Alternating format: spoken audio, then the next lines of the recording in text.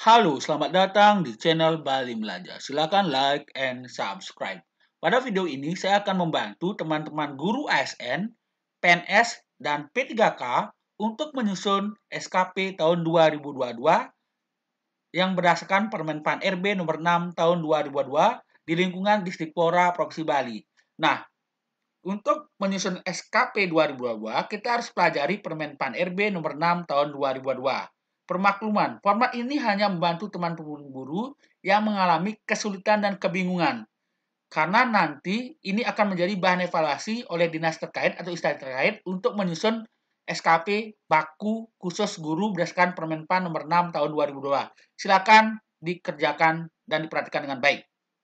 Nah, bagaimana cara menyusun SKP tahun 2002 untuk guru SN, P3K, dan PNS Permenpan RB nomor 6 tahun 2002? Pertama, untuk menyusun SKP 2022, kita perlu belajar tentang ini, unsur kegiatan guru utama dan tambahan, yaitu Permenpan RB nomor 16 tahun 2009 ya. Ini akan kita adakan di bagian kuantitatif dan rencana aksi. Seperti apa sih Permenpan RB nomor 16 tahun 2009 itu? Seperti ini.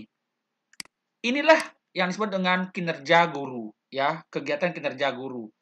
Nanti kita akan menggunakan ini, bagian ini, ya, untuk kita pergunakan untuk menyusun kinerja kita selaku guru, baik sebagai kepala sekolah, wakil kepala sekolah, kepala lab, wali kelas, melaksanakan pengembangan diri, melaksanakan publikasi ilmiah, kemudian lanjut melaksanakan publikasi penyusunan buku, melaksanakan karya inovatif, kemudian ya dan lain sebagainya. Jadi ini tolong dipelajari yaitu kinerja guru Permenpan RB nomor 16 tahun 2009 sebagai basis ketika kita menerima SK dari kepala sekolah.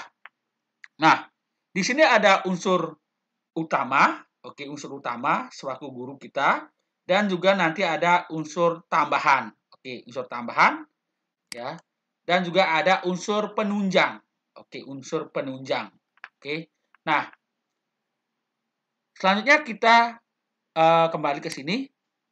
Nah, SKP tahun 2022 untuk SN Guru tidak menggunakan angka kredit lagi dan tidak tergantung pangkat dan golongan, namun sesuai dengan SK pembagian beban tugas.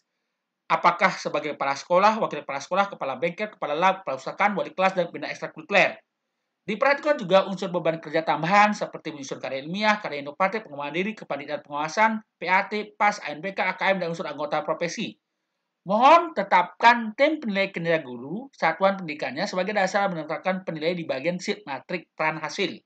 Jadi Permenpan RB nomor 16 tahun 2009 ini ada kaitannya dengan matrik peran hasil, sheet kuantitatif, dan rencana aksi. Tolong nanti kita perhatikan. Mohon diperhatikan juga kurva distribusi pendidikan kinerja pegawai apakah sangat kurang butuh perbaikan, baik dan sangat baik di bagian evaluasi kinerja kuantitatif. Nah, silakan teman-teman guru unduh contoh-contohnya seperti ini. Ini masih contoh ya. Nanti akan mendapatkan evaluasi lagi untuk membuat format baku ya, format baku. Kita langsung saja praktek ya. Ingat, tolong diperhatikan.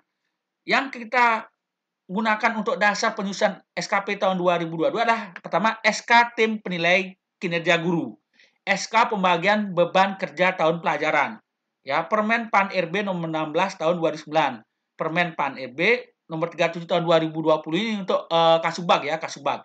Nah, ini adalah contoh-contohnya sudah saya berikan. Kita mulai dulu dari kinerja SKP guru SN. Nah, tolong diunduh. Kita mulai di cover sudah jelas. Kemudian di sini matrik peran hasil. Di sini tulis nama capsnya, tulis kegiatan utama kita selaku guru, ya meningkatkan kualitas pembelajaran, kemudian melaksanakan pengembangan diri, kegiatan publikasi ilmiah, dokumen yang mendukung tugas guru lainnya, kemudian pengembangan diri, tim penilai kinerja. Nah, selanjutnya setelah di sini nama capsek, baru tim penilai kinerja guru, ya. Siapa tim penilai kinerja guru kita? Kemudian baru di sini nama guru yang nilai. Berarti ini SKP-nya guru siapa? Ya, di sini tulis siapa yang menilai kita. Nah, contohnya ini nama capsek-nya, kemudian nama tim penilai kinerja guru kita, kemudian nama kita di sini tulis. Ya, sudah jelas? Nah, kemudian lanjut ke SKP kuantitatif. Di sini lanjut dari matrik, lanjut jadi SKP kuantitatif. Di sini kita tentukan berapa laporan, prosentasenya 80-100 ya, berapa 12 bulan. Prosesi direktif yang telah disahkan artinya yang dilaporkan langsung. Oke, 4 laporan pengembangan diri, publikasi ilmiah. Tolong ini sesuaikan dengan beban kerja kita dan beban tambahan yang akan kita ambil ya, beban yang akan kita ambil. Jadi tolong disesuaikan ini, tolong disesuaikan ini. Kemudian ini ya, ada publikasi ilmiah, mungkin kita mengambil pengembangan diri ya, mengikuti workshop seperti itu ya. Nah, kemudian lanjut ke lampiran SKP. Nah, lampiran SKP sudah jelas, kemudian lanjut ke rencana aksi. Rencana aksi adalah jabaran dari matrik peran hasil dan SKP kuantitatif. Di sini kita jabarkan target per bulan. Laporan penilaian kinerja guru, laporan sebagai wali kelas, laporan panitia, laporan sebagai pembina ekstrakurikuler. Ya, oke di sini. Ya, laporan direktif atasan, kemudian laporan pengembangan diri, workshop, berapa kali targetnya kita punya.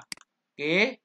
Kemudian laporan penyusunan PTK, kalau kita mau mengambil PTK, kalau tidak ya jangan diisi.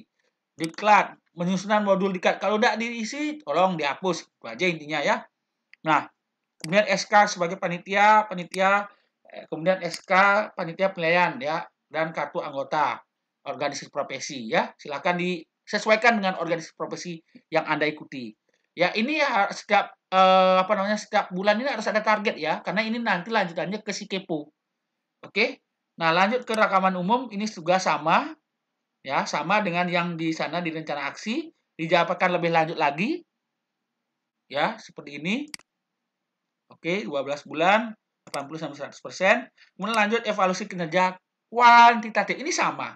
Ini karena berkaitan. Nah, di sini kita perhatikan namanya kurva distribusi predikat kinerja pegawai. Kalau kurva predikat kinerja itu baik, nah ini untuk Pak, bagaimana cara menghilangkan tanda garis ini? Ini bisa gunakan kontrol ini ya, apa namanya? Nah, kontrol 5. Oke, nah ini bisa. Oke.